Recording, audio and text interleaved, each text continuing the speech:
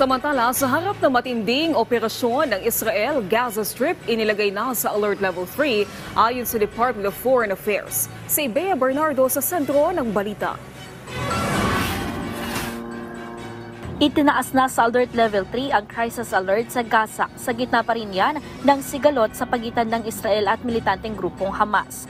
Ayon kay Department of Foreign Affairs Undersecretary Eduardo de Vega, voluntaryo na ang repatriation sa mga Pilipinong nasa Gaza. Meaning the situation already become dangerous, so we're asking them to voluntarily decide to go home.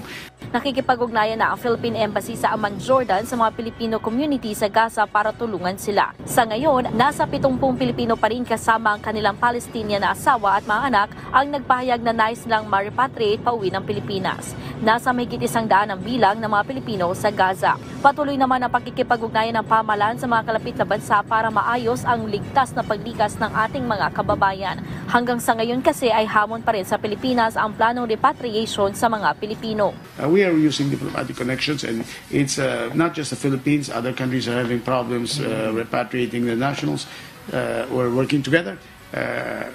ASEAN always helps each other, no? Nananatili namang nasa Alert Level 2 ang Israel. Ibig sabihin, limitado ang galaw ng mga Pilipino at hindi pa rin muna papayagan ang bagong deployment sa lugar.